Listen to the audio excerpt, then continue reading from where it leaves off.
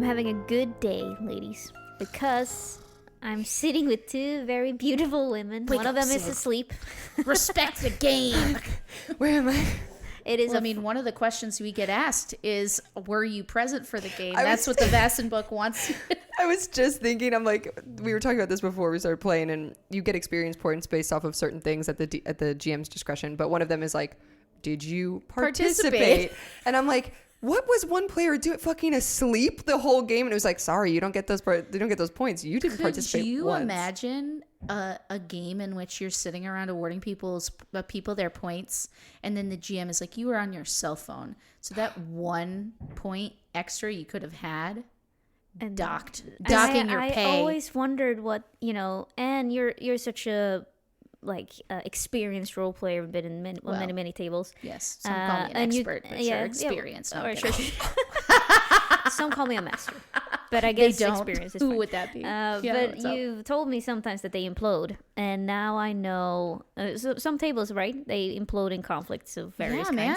Yeah, and now I feel like this would be such an obvious conflict. Like this would be an explosion of a TTRPG table. Yeah, why did you give everybody else 5 points but me 4? Well, then it gets really substitute teachery, where they're just like, well, you weren't respecting me, as the GM at the table, where I deserve. But to an extent, there's a line. You check your phone for the time, you answer a quick text, you're still in the story. If you're freaking doing fantasy football and calling your mom at the table, I think it really depends. I'm going to. I'm going to disagree with a grain of salt with you. Please. Especially given the fact that so many people are... So our table implodes. It's happening right now. Ellie's frantically searching online oh no, oh no, oh no. Oh no, oh no, no. TikTok would say, hey kids, if you're listening. Oh jeez. Hey 14-year-olds. Hey cool teens. So my disagreement is simply because I think it's contagious. That if one person looks at their phone, then the other looks at their phone, then the other looks at their phone, and it just kind of ripples across the table. And it's honestly less of a thing when you're physically together, but it's way more of a thing when you're online because you are 1 millisecond away from opening a new tab. Totally. You know what I mean? Totally. And it just starts this mental... I know if I check out even for a second, it slowly rips down the curtain of focus that I have. Totally. And so I think in that way, I have certain games where I trust people to be focused, and others where, because we all know ourselves, we all just have to say we're not looking at our phones the entire game. That's valid. I think you two once looked away or something as I was saying something, and I just waited 10 seconds. Yeah. Just because I was like, attention on me, ladies. And then I realized I'm being ridiculous right now because you were just like, Ellie, we've been here for 4 hours. I need to pee. And I'm like, what? This is my show. Please let me go to the bathroom. Yeah. Well, I think it's different also. We're doing a podcast, so I think we're also putting up not a performance per se, but we're definitely we're holding ourselves to a standard. It's a performance. I wear a mask every time I enter this apartment. You don't know the real me. You'll never know. The on-air me is not who you Screw think you, I am. TikTokers. You don't know me. Why are all the TikTokers listening right now? I don't know, because also, we called them out with our memifying of the no-nos. TikTokers? Tic-tacs? Tic-tacs? I don't know. I'm over 30, and so I'm just happy to be here at this point. The fact that the TikTok police don't come up to me and they're like, this algorithm you think you have? Ma'am. You're not allowed to talk about TikTok. Stop it. Shut up.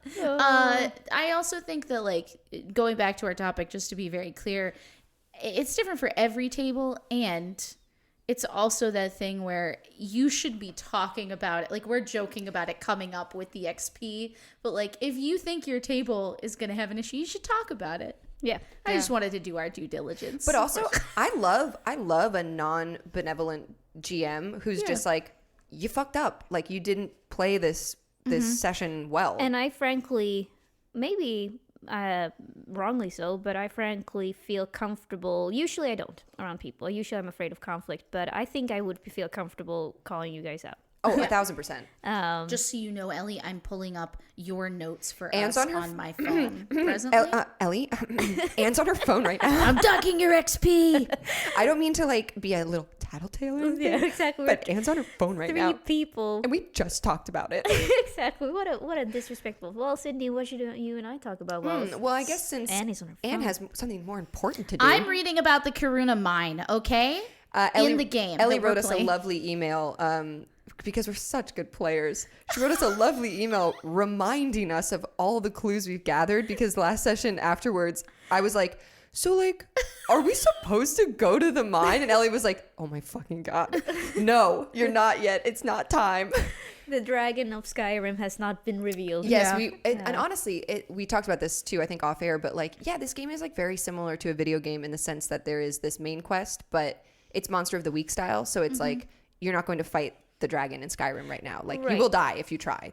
But I must say, as a first time really writing a homebrew, it's so hard to know what clues are gonna like when it's too many clues, and that's why I felt bad. I'm like, Jesus, I'm just giving them a little bit like something looks a little suspicious over here, or something happens there, and then I'm like, no, I'm just adding that for creepy flavor and not necessarily has anything to do with anything, and so it's hard to balance that. But I also, frankly, for my sake, I'm like, so what have I told them and what have I not told them? Well, and it's also, I think that can be really, really hard to manage sometimes when you get DM galaxy brain, where you're like, I've told them about the magic door that they need to know about. I've definitely done that, right? And then you're like, oh no, I told them that there was a gateway, but I didn't tell them anything specific about it.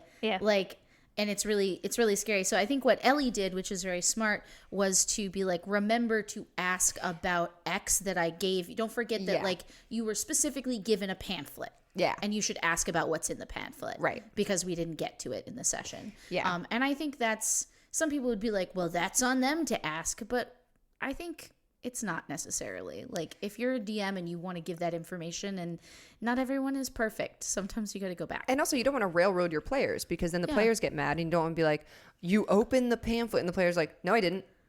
You know, like, you got to allow them to read it and figure it out. And if they forget, you politely can nudge them in the right direction and just say like, hey, don't forget, your bag's full of all this crap you picked up, you know. Well, and speaking of, you used one of your talents to be like, Ellie, how is this connected? And so that's when I'm like, it was like, maybe we should talk to this American woman who's been talking to Francis. It's like, nope, that's a dead end. And I'm like, no, it's not. Jesus.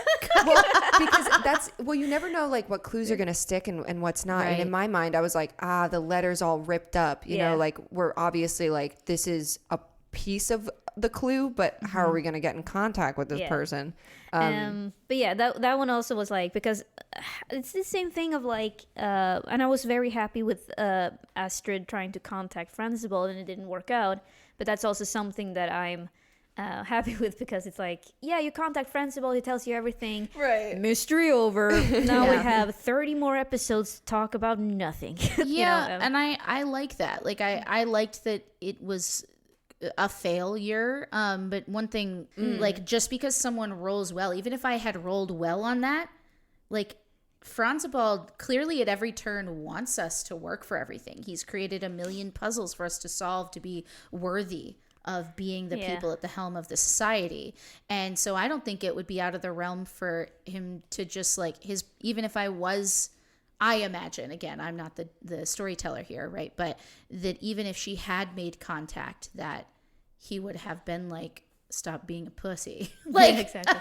You know, figure work it for out. it. Yeah. Figure it out. That's why you're here. Can you imagine if people like that existed for real, of like really serious matters of like, I have the solution to climate change, but I'm gonna have you solve riddles. They're like, and I've set up an elaborate scavenger hunt. It's divine. You're gonna love it. Or there's some kind of interference for why he can't. Like, there are a lot of reasons you can, depending on what you feel, you know, as the person running the game could be the reason for why they can't go down a pathway. Right? Slightly behind the scenes on that one, had you been successful, I probably would have had Franzibald given you some more clues, but probably been like, I don't remember anymore because I'm dead. Yeah, right. You know, like, and it's been a while. Yeah, too. exactly. Yeah. So that's so you can do all those types of things. But speaking of, our current situation. Last week we went on a new little mission, which Questy Poo, which is not necessarily related to the main mission. Yeah. No, and somehow scarier than the main mission. The main mission is bad. I was like, ooh, a mine. Yeah. Like, hi ho, hi ho. And now it's like, you're on a frozen tundra of an island. No one is there. It's presumed everyone is dead. And we're with this crew. It's so fucked, man. Yeah, well, I'm really excited. So last thing that happened was that you found the body of a woman and a child. And before that, we found the body of a woman and a child that I thought was alive. Exactly. Astrid called it. Henrik, as per usual, was like, can I sleep with this woman? I didn't. Okay, I did not. I object. I did not have sexual relations with that woman. But just to bring it back to this pretty sad event, there's clearly a woman who died either of starvation or cold with her child. In the other room, right? In the other room, because your friends, the NPC characters, the extras that whose names I totally wrote down, definitely, me for too, sure. Me too. I have them right here. Wow, I didn't write down a single one of them. I did. The doctor is named Dorothea, and she is currently bending down, trying to see what was the cause of death. Looks like she died from starvation, but one could hope she froze to death before that. But that would have been gentler for her and the child. The chest was not locked, by the way, so you don't necessarily think she was locked up in there. Like, no crime was committed. Did you open the chest, or was it open already? No, we were just investigating the room, as we were told, and he looks at the lieutenant. But it was shut. It was shut, but it was not locked. But not locked. It looks like it's a month. But it's frozen, so it's kind of preserved, but still... A month. And when did they lose contact? I'm trying to think of the timeline. They lost contact about roughly 3 months ago, and then they sent a rescue team that they lost contact with about a month ago. And just checking to make sure I remember this correctly, when we were speaking with the ghost, she said something about, like, her. She mentioned, like, some kind of her. Mm-hmm. And she said, don't tell her we're here. Oh, yeah, don't tell her we're here. Don't tell her where we are, where I am. Mm-hmm. Okay. She said, we did everything we thought was right, everything to please her. But she punished us all, and now they're all gone. While you guys are collecting yourselves, the Reverend steps up and says a couple of words of prayer. I believe we should bring her back to the ship, give her and her child a proper burial at sea when the ice breaks. There could be more of them, you know. Perhaps before we take this unfortunate soul to her final rest, we can ensure there may not be more of them. Of course, of course. So there are about, on this, if you go outside, there's a street and there's like 5 houses close to the docks. Yeah. And then the road leads up to something that looks more like a town square. Yeah. So Thor is with us, right? And I'm going to before they shut the box and begin moving it to wherever we're going to have our staging area, right? I'm going to let Thor kind of sniff so that hopefully he can track other potential bodies. Yep. That's weird. Sniff the body and then look for you know what that is. Death. Like, because he's a hunting hound. Yep. He's foxhound. In this house, there seems to be nothing. He doesn't sense anything. Okay. And you don't have to roll for it.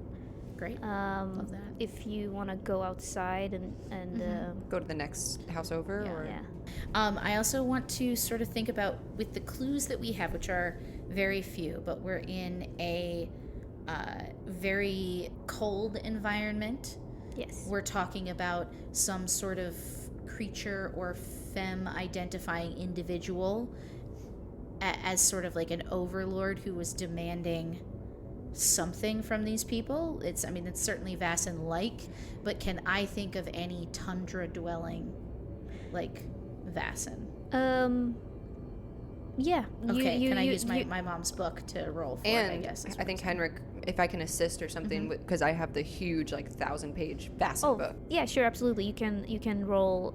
You can do a quick check right now because you're kind of in the middle of investigating this thing of just being like, okay, so this might be some wintry. Because I think Astrid's thinking about this is really to help with the investigation. Not that I'm going to know from seeing one dead body what this is, but maybe we'll know where to look for things, right? And while you do so, I think the other group is going to go out and try to clear out the other houses to see if they find anything. The lieutenant looks at you. May I bring the dog with me? Sure. So they're doing that while you guys are looking up this basin. Thor. I'm scared. Why did I let you have my dog? I don't know, but she would have. Would you say it's learning or investigation? I would say learning because you're taking it from a book. Right. Okay. So learning and logic. So I'm rolling 5 D-say. D-say. D-say. That's 1 success. No successes. I've learned nothing. So you're looking through this new book that you got that has a lot of weird vests, and what you discover is that there is nothing currently stands out from like briefly reading about it. Right now, but it does strike you as common from the tales you've heard from the north. They have very many old rituals and religions up here where they pray to ice queens or Father Winter. And there's also you see a chapter on, I'm trying to look for the English word for rå.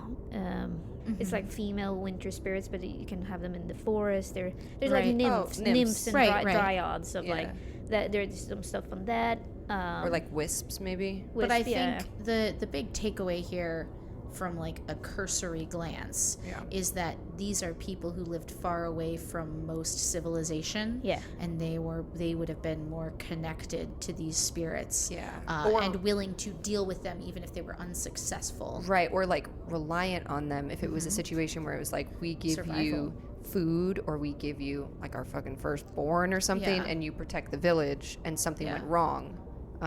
So I think Henrik, we talk about this as everybody else exits. He flips through and he kind of does the thing of like, okay, chapter on winter, and he like kind of flip, and he's like, okay, it's too much to read right now, but here's a basic gist.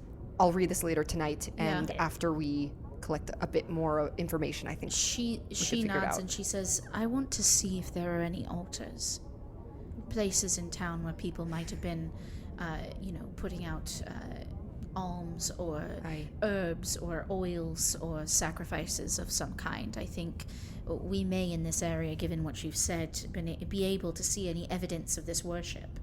Right. All right. So keep your eye out for shrines, altars of some sort, and I'll keep my eye out and not think that ghosts are alive and be better at that. I wouldn't give yourself too much trouble over it. I mean, she wanted to speak and she spoke to you, and Astrid, and Henrik like grabs her hand a little bit, and he's like, I'm gonna be really honest, I don't like ghosts. Well, right, and I don't think most people are like, yay, hooray. But here's what I'll say about the matter. They often will respond to consent. So telling them, I want to help you, but you are not to touch me. I want to help you, but you are not to follow me home. Things like that. You don't want to open yourself up. You want to be firm in your stance. In my experience, if you don't mind, so far, you've made yourself vulnerable to these people who truly need something, and that will never stop for us being needed as people who can see and potentially communicate with these forces. But you need to bolster yourself, stand your own ground, and find that there is power in being that, but that you can also set your own boundaries. And Henrik is like pondering that. I guess also as a man, maybe he never really thought about having to do that. Like he's like, well, people just like respect my space and give me boundaries every day of my life. And he just goes, shocking, I know. Right. Consent. No, he says, yeah, all right. Yeah, okay. Thank you, Astrid. Of course. It's cold. And he like walks out of the house. And the rest of the gang comes back with the mystery gang. The mystery gang, the extras. They come back with your my dog, baby, with your dog. They cleared all the other houses and they didn't seem to find anything. They weren't specifically maybe looking for the things you would be looking for, but no bodies. No bodies. The pastor walks up to you, Astrid. It's strange. There's no Christian symbols anywhere in these houses. Well, I think you'll find in the old parts of the world, Pastor, that there are other ways of finding faith. Of course. I just, that might be something to look into. Usually these small types of villages, I've seen them and they tend to become, what shall I say, a bit obsessive about, could be Christianity or any belief system they might have. But it strikes me as weird that I haven't seen anything that suggests religion. And you've had some talks with him on the journey up here, and he seems to be a lot more open-minded than Brusilius. Yeah, she's like, I've been scarred by Brusilius forever. She sort of like puts her hand reassuringly on his shoulder, and says, do you have any experience, Father, with other types of faith? I believe whatever philosophy you might find yourself comforted by, I find it fascinating, and I feel like it deepens my own belief. Well, I suppose I would have to hazard that these people, they may, in their desperation to survive what is clearly, and she sort of looks around at this just frozen ice village, and Ellie sent us some pictures of like frozen over trees and stuff. Like it's just horrifying in the interim, and it's just so quiet, and the snow is just like putting everything in slow motion. She says, when you're out here, you'll do anything to not just find comfort, but to survive if you truly think. And I think it's quite possible that these people had contact with something else. And she sort of pulls him aside with Henrik and explains what they saw. The reverend or pastor still haven't figured out the title properly for this. I know, I'm just like, Father? The religious man. The religious man. Religio. He it's very clear that he has the sight, and so that's why he's that's what he was trying to allude to. I feel so much more relieved. Yeah. Like, thank God. Thank God. I think Henrik was a little nervous too, because like I think the Brusilius stuff, he was just like, do not tell this pastor that we see a ghost. Yeah. I've seen a lot of things, and I can see what these things do to people, and my hope is that we can find any survivors soon, and that we aren't too late to help them in whatever way or capacity we can. But I do wish, perhaps for only my peace of mind, that we could give the mother and her babe whatever peaceful rest. Of course. Yes. I think that's very true, and I also think that, I mean, when we were dealing with that child, that was the key to everything, so maybe we're wrong to put that off. Should we go ahead and do it? Well, we can't bury anything here. The ground's too frozen, and we have to do it at sea if possible. But we could potentially, just in case something happens, we could have some of the men put the body, and he chokes up a little bit. We put the body, perhaps, in the safety with Captain Haddock for now. Yes. I was thinking we should get some of the soldiers to take the body back to the boat, keep it safe, secure. Is there a barracks on the boat or some sort of like holding place? Yes, absolutely. Yeah. It's a huge ship. Cool. So if you want the soldiers to just bring the casket back.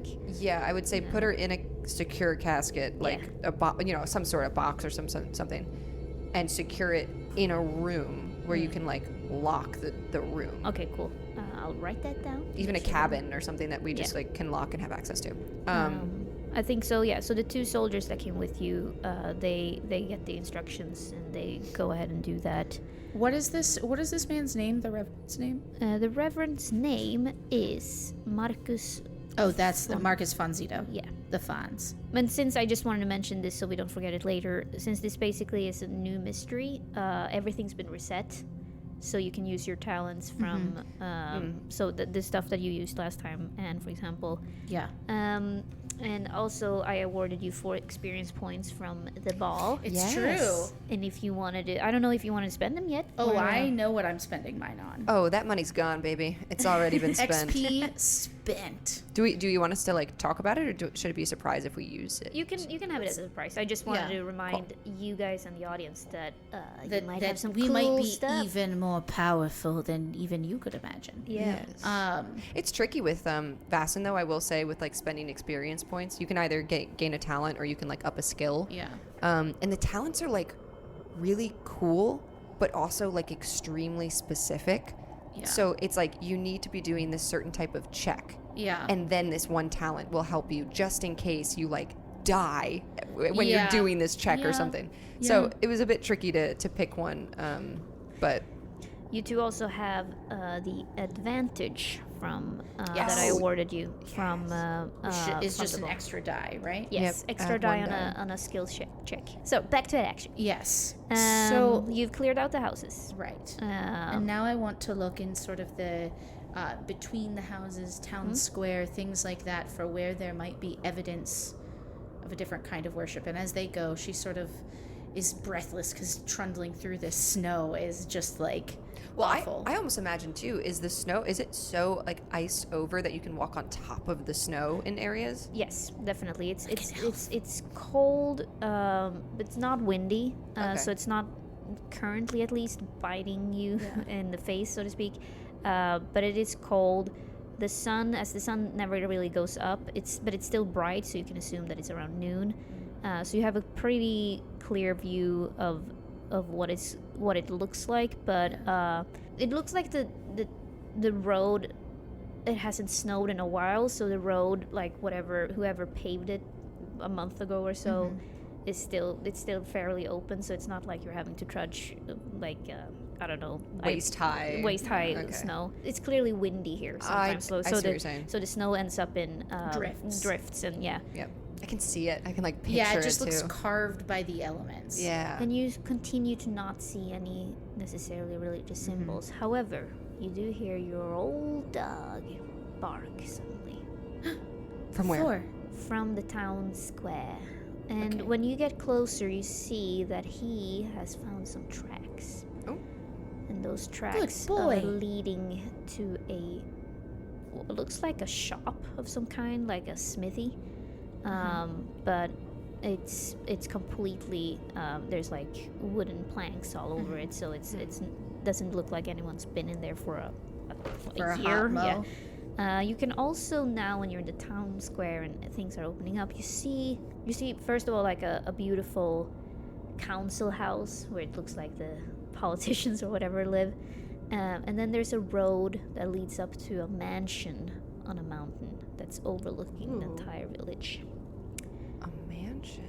But yeah, so far these tracks seems relatively fresh, probably an hour.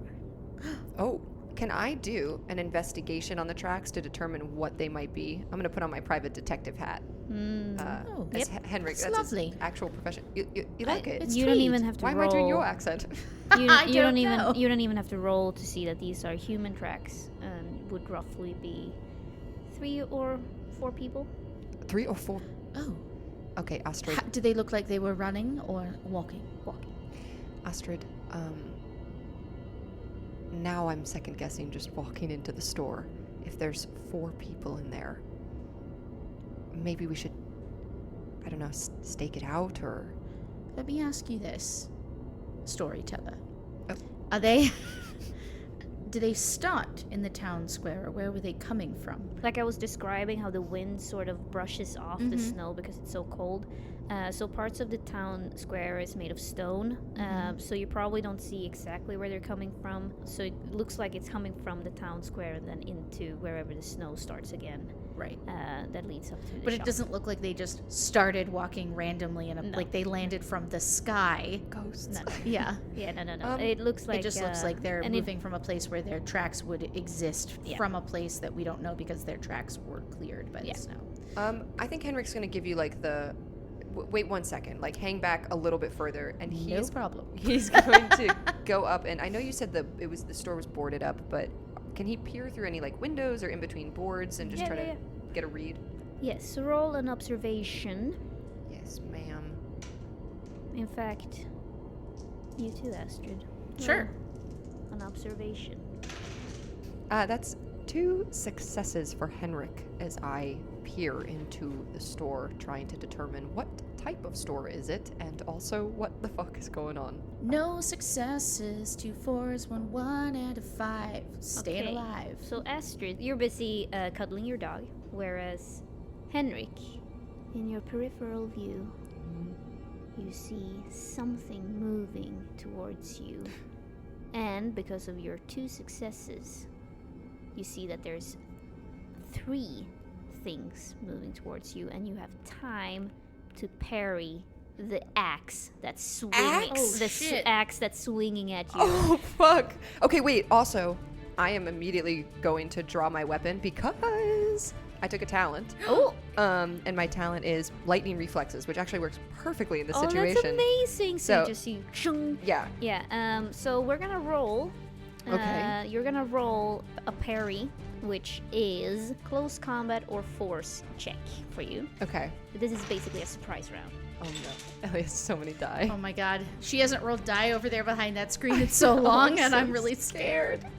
So you successfully parry, despite me having 7 freaking dice. God. Okay. And yeah, so what you see is 3 men attacking you. They all have axes. And so they all have axes. Yeah, they all have axes. They're coming out from basically from nowhere. One of them. So you're the one who's standing in zone 1. Astrid, you're standing in zone 2. Okay. And unfortunately, 2 soldiers are back in the ship, and you have the Reverend and the Doctor. They're seeing the commotion, so they take cover. However, the lieutenant runs over to Astrid and is like, "Look out!" But Henrik, so you're basically currently in the middle of a surprise attack. Let's pull one of these initiatives. Wow, I'm so excited. We haven't pulled an initiative card. I'm really excited. I'm so excited. Okay. Too. I have a 4. I have a 2. Oh, that's good. That's nice. more of a I tee-hee. have an 8, 7, and 6. Wait, did I not? Anyway, I again did not shuffle these. All right, so Henrik, it's your turn. Cool. So I am going to then. I have my revolver out. I'm going to shoot this man. I'm aiming for the shoulder that he's like holding the axe in, like the head of the closer to the head of the axe. Yeah. So I roll. Yep. Roll ranged combat. 1 success. Nice. And how much is that damage? That damage is going to be 2. 2. Jesus. Cool. He takes significant amount of damage and loses his axe. Yes. It's Astrid's turn. Well, let me ask you this. Because I don't think we discussed, but we were outfitted for adventure. So are we considered to be wearing light armor? No, I would say unless you've specifically said that you were wearing armor, you probably have. Great. That's fine. I just wanted to know for agility reasons.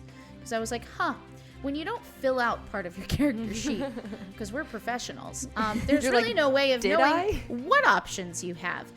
So for the first time, we see Astrid draw back her bow, and I have 2 actions. You have 1 fast action and 1 slow action. Okay. So a fast action would be to probably pull out your bow. Okay. Yeah, I think drawing a weapon is a So I already fast have. action. You already have it out. I already have it out. But like, do you have it in range? Like, Yeah, because I have a range of 3. Okay. So I'm going to. Could we perhaps say that a fast action is to give my dog the signal to like protect me, basically? Yes. Yep. Okay, great. So I'm gonna roll my longbow attack. So and then we'll describe how badass it all is. Cool. That's 0 successes on 7 dice. You know, it happens. He notices that you are trying to attack him. Yeah. It is the lieutenant's turn, so it's still your team.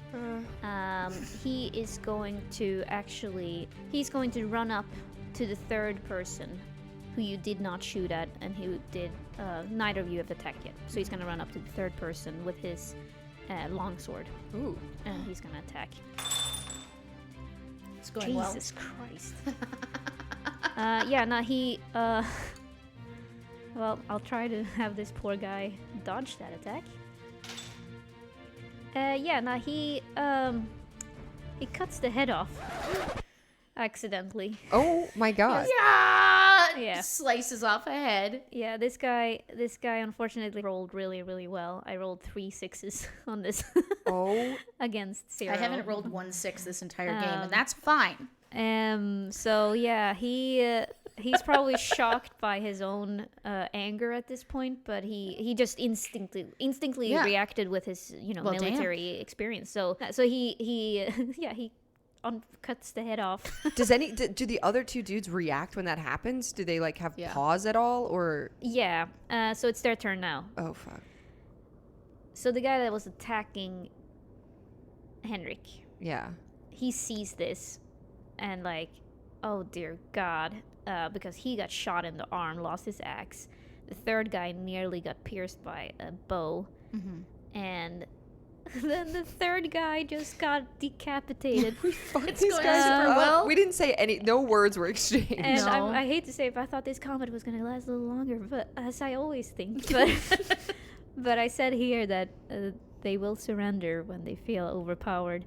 I also will say I was going to have Henrik, if someone were to like hurt someone, I didn't assume fatally wound someone, but Henrik was going to say like, lay down your axes, like he was going to say we're not going to hurt you. we're not going to kill any more of you if you stop now. Well, so the guy that got shot, that you could assume is the leader because he attacked you first, and the other 2 dum-dums just came after him. Those poor dum-dums. They're all in shock, and then like, okay, calm down, we give up, we surrender. And the guy who got his shoulders shot off, he's like, ow, tries to put his hands up, and he's like, sorry, we will give you everything we have. I'm sorry. They're surrendering, basically. Yeah. Henrik holsters his gun and also puts his hands up, and he's like, we don't want anything. We're here on a rescue mission. I'm so unbelievably sorry. And he looks at the lieutenant like, what the fuck? Well, I didn't... When I aimed for the neck, exactly. I didn't know it was attached to the head. I didn't know my sword was so sharp. I didn't realize that he wouldn't put up any type of defense at all. Clearly, they're not trained military professionals, Lieutenant. Yeah, Astrid's going to sort of move forward into closer range now, and say, "Listen, we came here." Looking for a group from Uppsala who came and we lost contact with them. Oh, you're the rescue mission. The second rescue mission, apparently. Yeah, we were part of the first. Oh God. Okay. I'm sorry. We've been attacked by the villagers ever since we got here, and we weren't sure. But we and he looks terrified about something, so he's like, we should really get inside. Sure. Come with us. Of course. Yeah. And then he, in a weird, cold manner, he doesn't seem to be that bothered by his friend's death, but could be also that these men look hungry as hell. Everything about them looks very defeated. Yeah.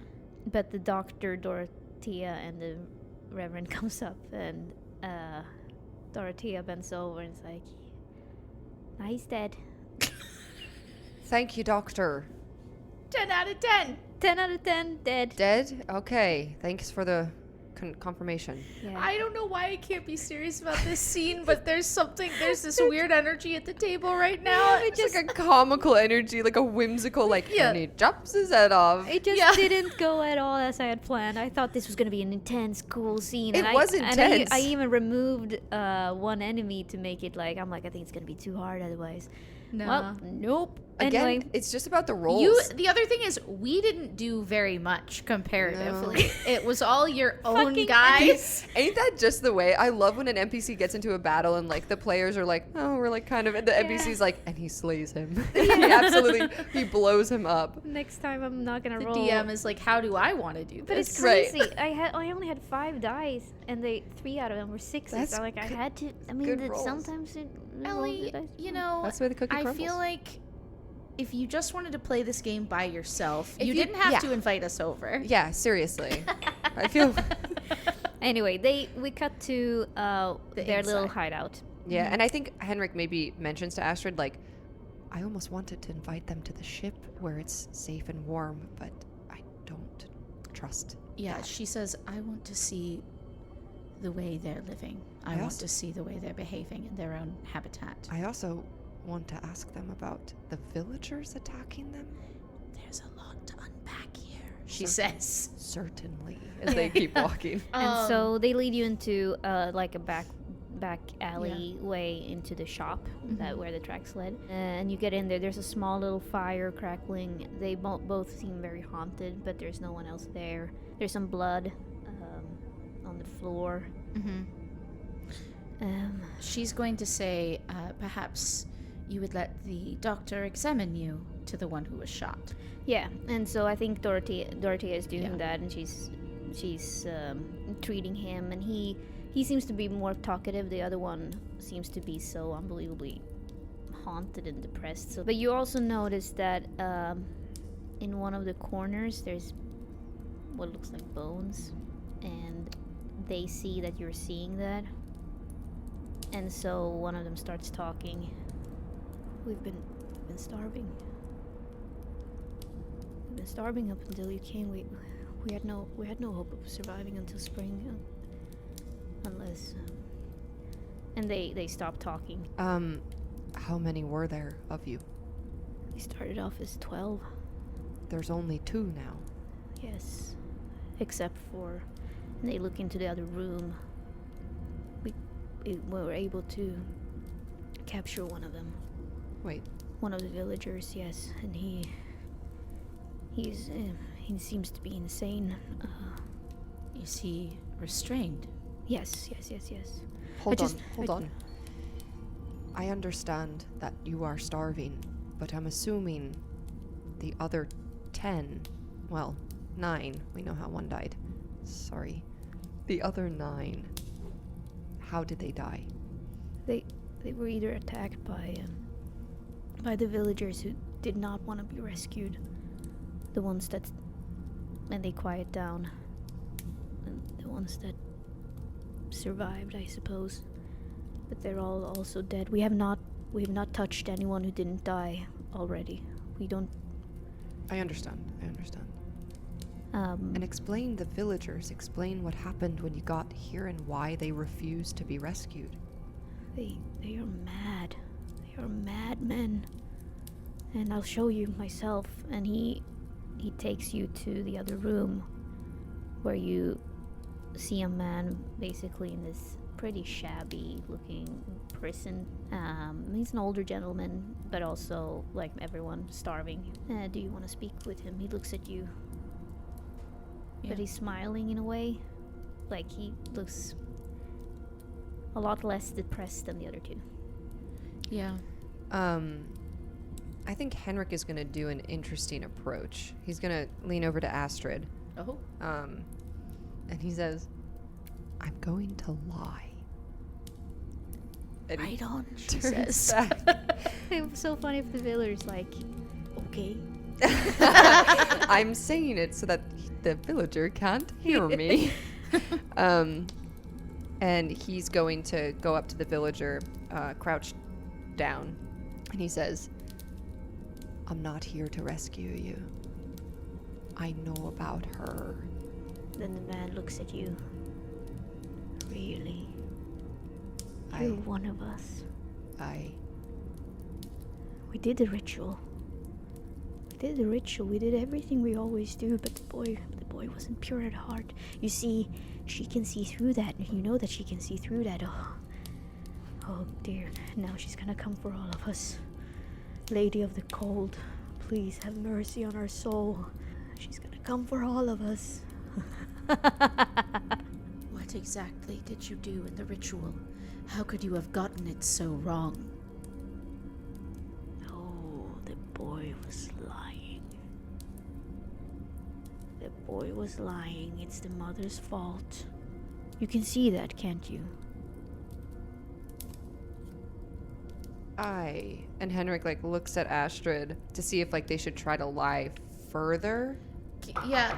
Oh. There's a knock on the door. Astrid tenses up. Henrik, wait, hold on. Henrik tenses up. That's my line. Everyone in this cabin tenses up. It's Captain Haddock outside. Oh, God. Does he say anything? Is anyone in there? I have bad news. Sure. Henrik goes towards the door. Yeah. And do you open it? Do you? No. Okay. Well, it's kind of freezing out here. Can I come in? How do we know it's you? What's the code word we came up with on the ship together, Haddock? Jesus fucking Christ, just let me in, you puss. Oh, all right. That I think sounds that's right. Haddock. Yeah. He opens the door. Yeah, and Captain Haddock comes in and is like, Jesus Christ. Oh God, it looks like you've seen a ghost. What are you doing off the ship, Haddock? What's the news? Well, we saw something at sea, and through my travels, I have seen many, many things, and if I didn't know any better, it reminded me of a woman, a gigantic one, if you know what I'm saying. And don't get me wrong, I don't mind the ladies who have a little bit of an extra, but this is not that. This did not look human. What should I say? I do not wish to encounter that again. Hold on. You saw it at sea. It was in the water. It was walking on the ice. But we have another problem. For some reason, the ice rapidly changed, and before we knew it, the ship is now frozen and stuck. I have left some men to maintain it, but by the seven seas, we are in deep trouble. If we can't get her out of the ice, we'll be stuck here for a while. All right. And he looks around at the other people in there, especially the two villagers. Who are these assholes? Haddock, don't. These are men from the previous mission. And he leans in. They're not right. Okay. Yeah. Oh, I see. Well, I brought some provisions. I figured you were hungry. We should share them, she says, kind of standing in the sort of liminal space between the two rooms. And she just keeps looking at the older man who is being held. And she kneels down in front of him. And she says, "What if I told you that we could mend the snow's embrace here? Your relationship sundered with the Lady of the Cold, apparently, through this broken ritual." Oh, I don't think you can do anything. I think it's too late now. It's way too late. And that's what makes it so devastating, but also so beautiful. And he starts chanting. And you get a sense that he falls into some sort of mad ramblings and seems slightly incoherent from now on. Given what this is, she's going to go back. She's going to kind of leave him there and go back into the other room, as we're putting on tea and, whatever else we can do to warm people up and to kind of put everybody at ease. She's going to move over to Henrik and say, I think we need to have another look at the book. I agree. And as they're handing out provisions, I think he breaks, whatever they've got, some bread or meats or whatever, and he gives a bit to the guy in the cage as well. And he just says, just hold on. Henrik, from your earlier observation. You heard something in the ramblings of the madman. He said, Lady of the Cold. And then you're like, ah. I saw that in the book. Yes. And so while you're handing out provisions, one of the men breaks down because he's like, we didn't have to. You know, he's realizing now when he's getting real food that he's basically been eating his friends. It's one of those things like someone is crying in a corner and you can't really comfort them, and it's not really your place to comfort them, so you're trying to distract yourself with the investigation. Yeah, I think he kind of gets closer to Astrid and is kind of like opening the book for both of them and looking busy. He is busy, but like looking busy putting to be your like... headphones on the subway. Yes, exactly. Yeah. There's a fight on the subway and I'm like, I'm putting my headphones in. Yeah, and so in this old book, The Lady of the Cold, what you can gather is that it's not much is written about her, but it's one of many, many winter beings. Ancient. It's described to be some sort of goddess or demigod. Like, this is not some regular, house Betty. Or a little gnome or anything like that. I say that, I'm like, it's no house Betty. What the fuck are they called? Betty. Betty. But what you see is that you see a drawing of her getting angry about a cross. And so you see a man holding a cross against her seem to radiate some sort of power against her. A little scribble says, do not look into her eyes for too long. But then you also see on the next page another drawing where you can see the sun and the spring. She also seemed to be poorly affected by that. So with some deduction, you were like, she does not seem to like sunlight. Makes sense. She's an ice being. Yeah. He goes, I really put in a lot of time to be a private detective, and I'm very smart. Astrid, to me, the lack of religious symbols is to protect the villagers from her wrath. But my question is she just wrathful? Or could we use religion as a way to dispel her, or I don't know. I think it's possible. It's sort of hard to know, given the ley lines of the place. Would we be doing harm to rid this place of her, or is there a way to live in harmony with the winter spirit? I need to know more about the ritual, because if the ritual is some sort of, human sacrifice, I would say this is not a benevolent god or thing. But the purity, there's a connection. The purity, they looking for a male virgin? Are they looking for pure of heart? It's such a vague expression, but ultimately also and he's kind of like going into like the private detective talk, and he's like kind of talking to himself now, not even looking at you. She says, why would it have been the mother's fault? Why would it have been the mother's fault that the son couldn't perform in the ritual the way he was supposed to? They said he did not approach it with an open heart. He must have had some kind of reservation. The Reverend walks over to you two, sort of overhearing and feeling deeply uncomfortable by the entire rest of the cottage. It's not great. Not a great vibe in this room. The vibe in the cottage is off, I will say. Yeah, and I feel like even Captain Haddock, who's usually like very do not care at all about people being weird, is currently getting drunk because he's like, well, if there is one thing that fixes most things, it's rum.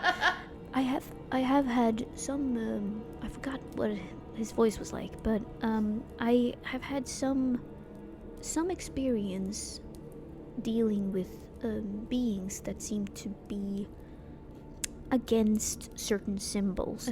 Perhaps holy water is sometimes helpful, prayers, but I don't want to assume. It must weaken them. Yeah, or weaken her hold, and of course now is the easiest time for her because it's so dark all the time. How many hours of the day is the sun up? Is it only a few at this point? It's 3, isn't it? That's in Uppsala. This is way further north. The sun never comes up. Oh, right. It's at the horizon the whole time. I could potentially try to bless your weapons, and we could potentially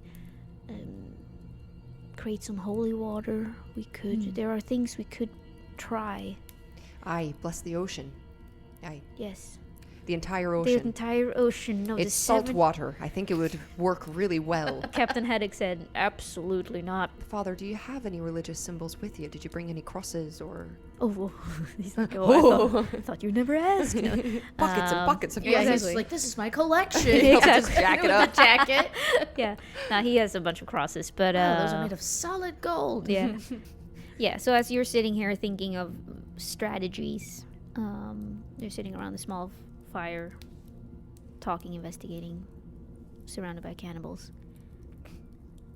Haddock tries to lighten the mood by telling some extremely offensive seafarer stories. I'm not going to repeat them. But then you're noticing that it suddenly looks like the fire is getting smaller somehow. As if it's not radiating the same amount of heat anymore. When the whole room suddenly feels darker and colder. And you are all noticing that you can see your own breath. She's here.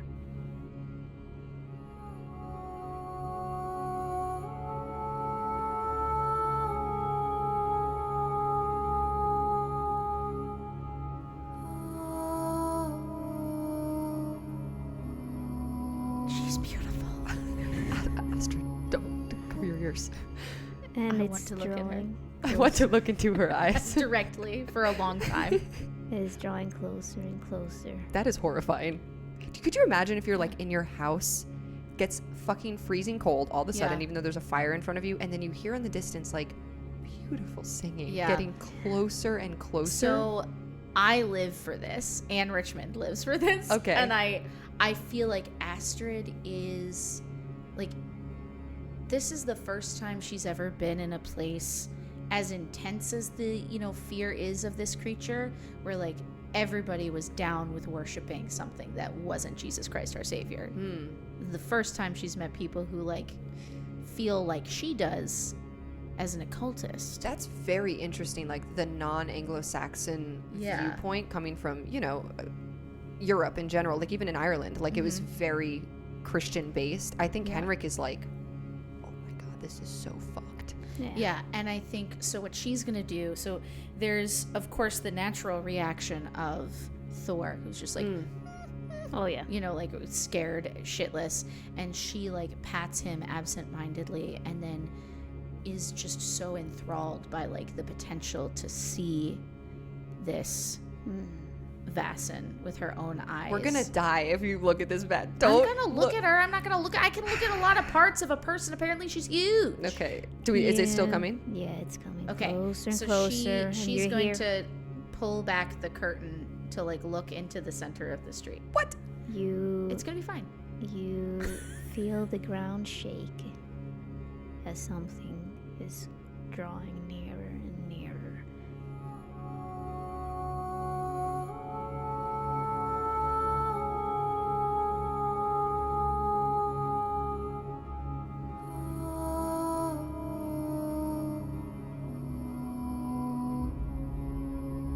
It's as if the voice is calling for you.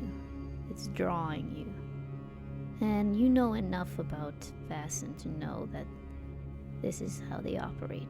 There are many Vaesen who wants to lure people into things by being beautiful, seductive. But Astrid still decides to go to the window.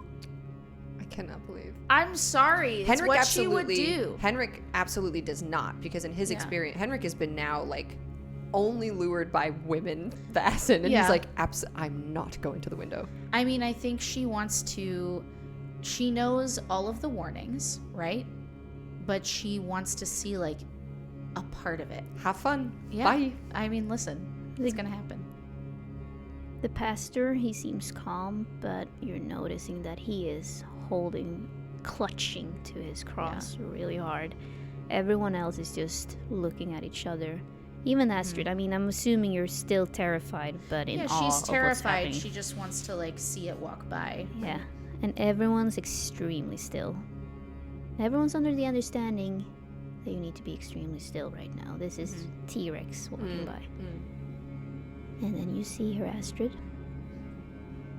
A gigantic figure, the size of a building, dressed in translucent fabric that seemed to flow around her, and you can see that it's the body of a woman. She's wearing a crown of ice, and instead of arms, there's several long, sharp spikes.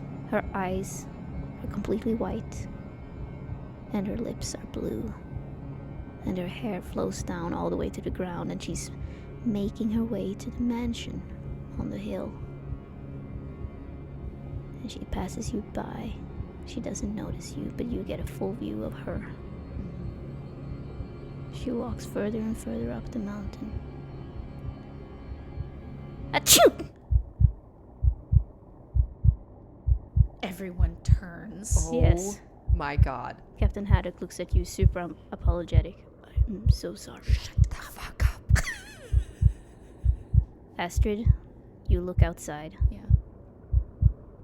The lady has stopped. And we'll continue this next week. No! Oh my God, Ellie. Oh my God. Fucking Haddock. Are you kidding me? In my defense, it wasn't me. Okay, fair enough. Fair enough. You got away scot-free.